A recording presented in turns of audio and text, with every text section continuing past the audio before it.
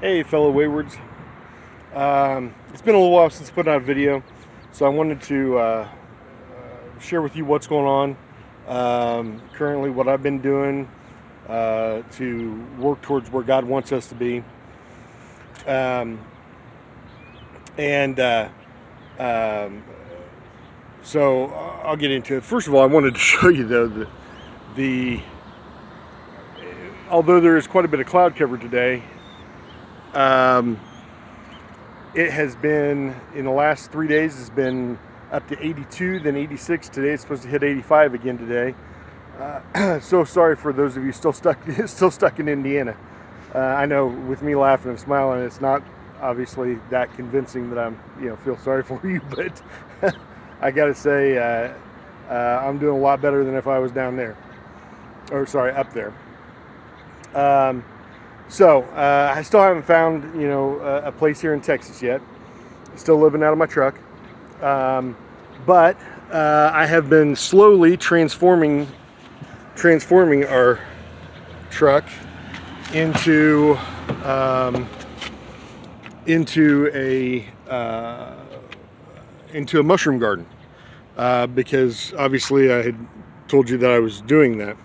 So I've got these now. You can see that this has expanded quite a bit. It's bulging. These 6 boxes are all full of water and sawdust pellets right now. I also made these 2 mono tubs, which I haven't got the substrate put together for yet, and they're going to end up going right there. And that's to grow some shrooms out. Up here on top, I've got liquid culture, which I'll take you around there to in a minute, and I've got grain culture, and then I've got my agar jars back there, or agar jars, I guess it's pronounced agar. I've also been putting together these for the last week or so. It's just 2-liter bottles, because 2 liters down here of Pepsi are like really cheap. You can get a name brand Pepsi for $1. And you can get the off-brands for like 87 cents for a 2 liter. So that's what I've been doing to get my caffeine addiction taken care of, so that because you can't really cook out here, or at least in the past I haven't been able to cook out here very much. And last night I spilled all my coffee, so it's underneath the blankets. Makes it smell a little bit better in here probably, but in any case, this, and all of these that I have not yet labeled, they're all tiger sawgill. And if you look, right there is a small piece of tiger sawgill. But if you look around in the top of there, you can start to see where there is some mycelium growth. I don't know if it's going to pick it up on this video very clearly or not, because the glare on the bottle and stuff. But so I am getting a little bit of growth off of just trash. It's just paper and used Kleenexes and things like that. Where I've blown my nose and stuff. Cardboard. Had some cardboard get away from one of these 2 companies over here, and end up blowing all the way over here to where I'm at. And so I picked it up, and I'm assuming they didn't want it back because it was all wet at the time, and I've dried most of it out, and I've been tearing it up, putting it in these bottles. And I've got several of these bottles right now that I'm using.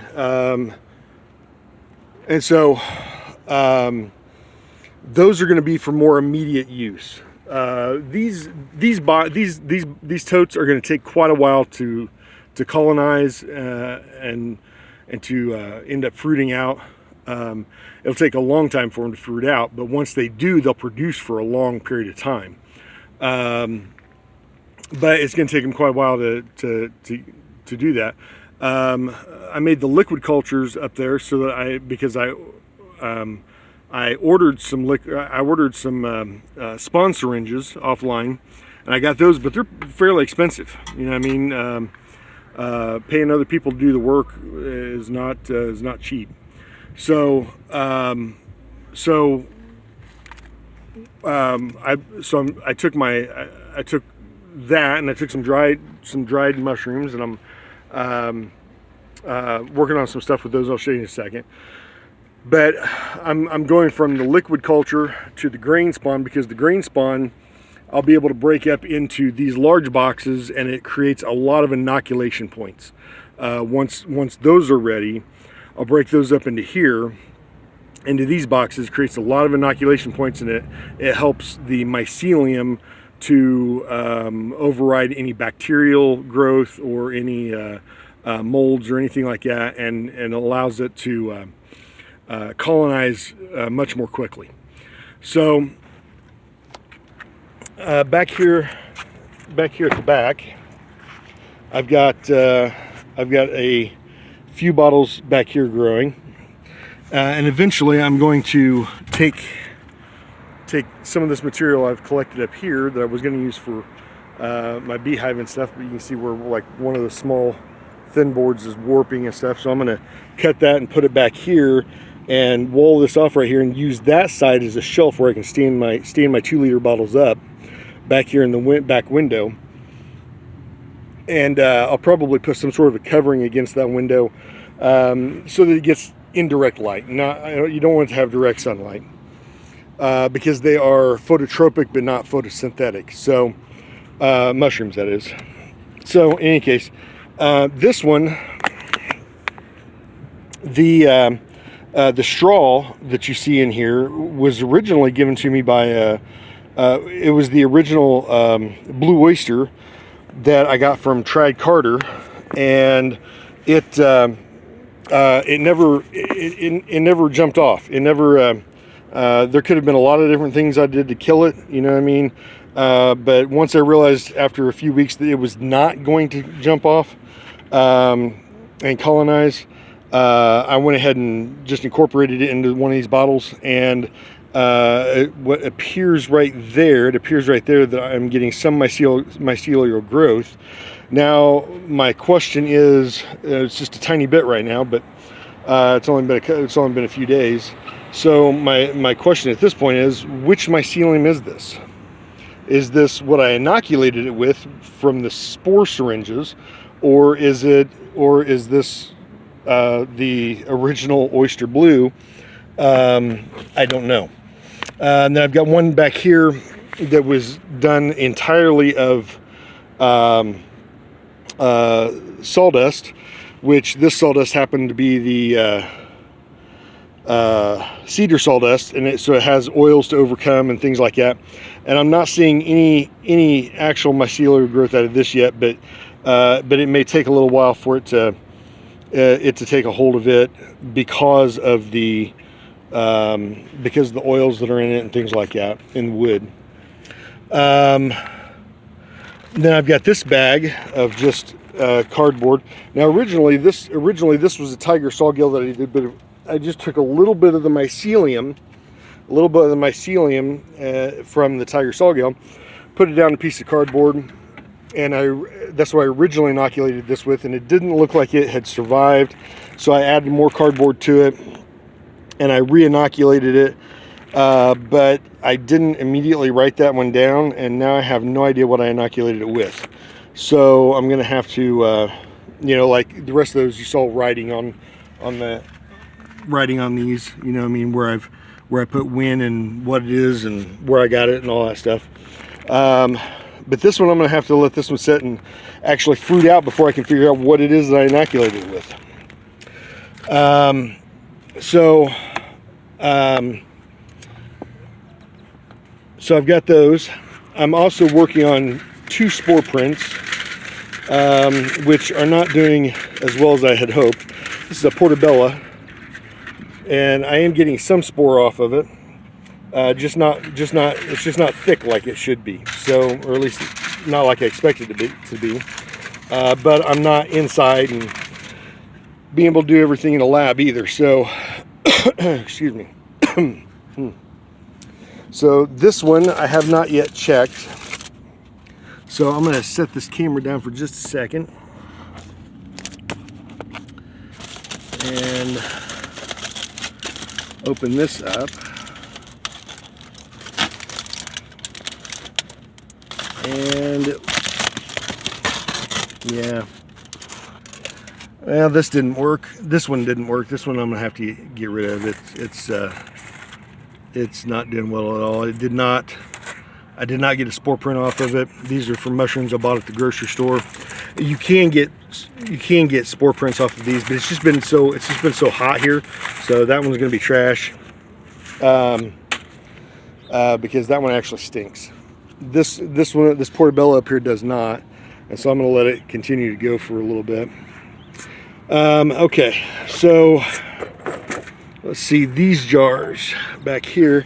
This is a tiger sawgill that I did. As a matter of fact, this is the AJ1, which is the very first agar jar I did, and yeah, you can sort of pick it up on there. Right here along the edge, there's mycelial growth there, and so it is looking pretty good actually. That one, and then this one is a white button mushroom, and it looks like I am getting a little bit of mycelial growth from that, but not nearly as much as the tiger sawgill. The tiger sawgill has a lot faster growth. This is just a shiitake, and how I got this one so full, I don't know, but I can see it in there, but because this comes all the way up to the line, I can't really see what kind of growth I'm getting on that one. This one is portobello, and it looks like I'm getting a little bit of growth on that one. Actually, a decent amount of growth on that one. And these were all done from yeah, well, can't see it in the camera very well here, but there is some growth going on in there. I took what I call semi-sterile cultures from store-bought mushrooms.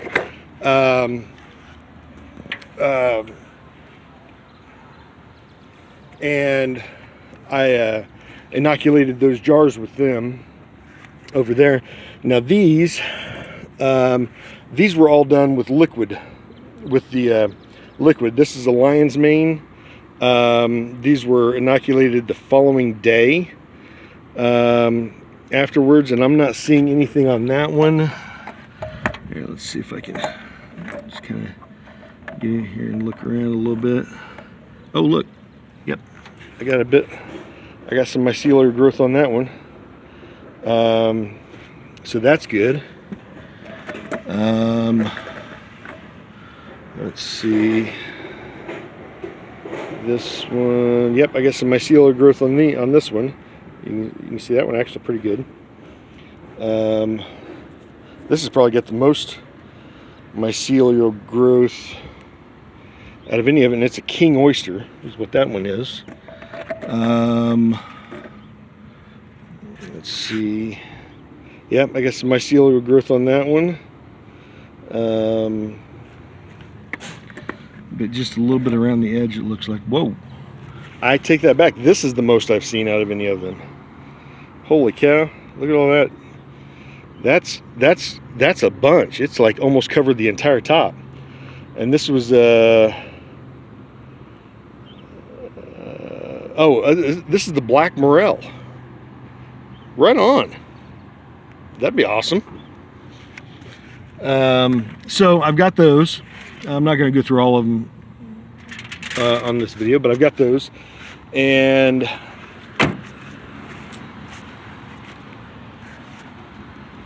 I will go, well, nope. I got to go back around.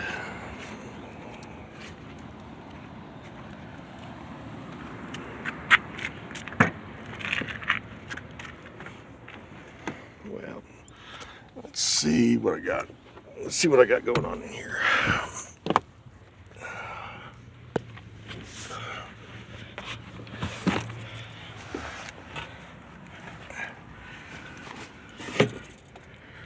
Oh, let's see. That one didn't have anything in it. Let's There's that one.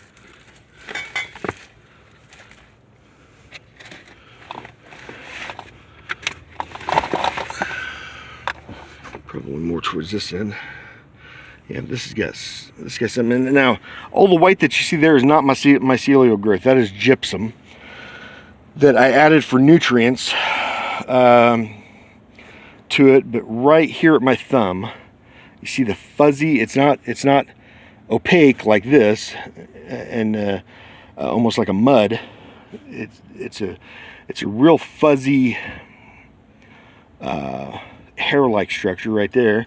There's some right there in front of my thumb, just above my thumb. That is mycelial growth, which is good on the green spawn. Oh, and this one also has right there a little bit of contamination. Now, I did not do these like they were, these grain jars like they were actually supposed to be done, because I was running out of time using a friend's kitchen, and also I was just running out of energy. Now this has actually got quite a bit of mycelial growth right there, right there, up here. There's a big patch right underneath there. Hey, that's the black morel also. I might actually be able to grow morels like in my truck while I'm rolling down the road. That'd be absolutely awesome. So I am getting some out of those, which are my grain jars. Let's see, I've got mycelial growth there. Actually quite a bit around there. The only thing I didn't do with these that I should have done with them, even though I did cook the grains, I did not pressure cook these jars before I inoculated them. So this one, let's see. Yeah, this has got several spots in it, and I don't see any contamination in that one, which is good. So, in any case, again, I'm not going to go through all of these. Yep, there's a spot. There's a spot there. A spot there. So I got my spores from a place called Sporeworks, and that's all they do is spores. They don't sell commercialized mushrooms. They don't sell not commercialized, but they don't sell commercial grade where they're actually picking them and shipping them or selling them to a store or anything like that. They sell all sorts of different spores. Not as many as say fungi perfecti sells and things like that, but all they do is spores. They don't do anything but spore syringes, which is the spores that are suspended in a liquid culture to keep them alive. So, oh, nothing in that one. Let's see. Fine. Okay, now this one was inoculated. This one is DO. I can't remember what that stands for. This one though I got from HEB. So this was a store-bought mushroom, and it was a dried mushroom. That's what D stands for. The small D is dried oyster. This is a dried oyster, and you can see that there's some mycelial growth there on the top, and it looks like I've got a little bit along the bottom, just a tiny bit. But all I did was took my liquid culture and dropped a piece of dried mushroom down in there, and this is same thing. This is dried. This is not portobello. This is porcini, and I have a very tiny bit over on that other side over there, but almost nothing out of this one so far. So Now the rest of these that I've done should be liquid culture. I think there were only those 2 that I did, or I'm sorry, the rest of these would be from the spore syringes, like this one. This would be a lion's mane. And yeah, you see that? I don't know if you can make it out on the video here, but there is, if I kind of swirl this around a little bit, you'll see little, well, I saw a couple little tiny chunks. Yeah, there's some on the bottom there. A couple real small chunks of material. That is mycelium growing in the liquid culture. So that's encouraging. Looking at that. And then one more here, I guess. This is reishi. And I'm not seeing anything out of the reishi yet. I'm not seeing anything out of the reishi yet. So I've got several things going on. I've been working on stuff, even though I haven't been, you know, doing any videos and things like that. I have been doing some more research, and so there we go. I have been doing some more research and a little bit more reading, but research and reading has been somewhat tedious for me because I also could not get my medication for the next 45 days-ish, depending upon whether or not I can get my doctor's office there in Indiana to find somebody to refer me to down here, and maybe go to a doctor down here and see what they can do for me. I couldn't get my medication, my nerve pills and stuff like that. So I've been weaning myself off of them as little as possible. And yesterday and today were the first days I didn't even have a half a dose. So I've been going through withdrawal and stuff like that. Originally I was told that they were non-addictive, but then when I went back and said, hey, I think these are addictive, my doctor admitted, hey, well, yeah, okay, but it's the least addictive thing I can put you on, which is probably true. And I don't mean to make light of anybody who's gone through addiction problems, but going through withdrawal is not pleasant at all. And so I've just been, I've been, you know, trying to fill my time with things that'll help me out physically, as well as do all this work as well. And all I can do is what I can do, and God will take care of the rest. So that's where I'm at. That's what I've been doing. And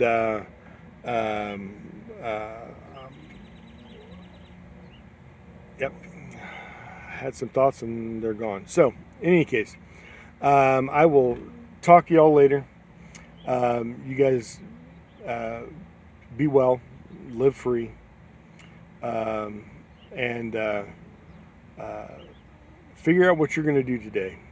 You know, I mean, if I can do this and I'm rolling down the road in my truck, and if I can do this with partial brain power and going through withdrawal, you guys could do immensely more than what I can do.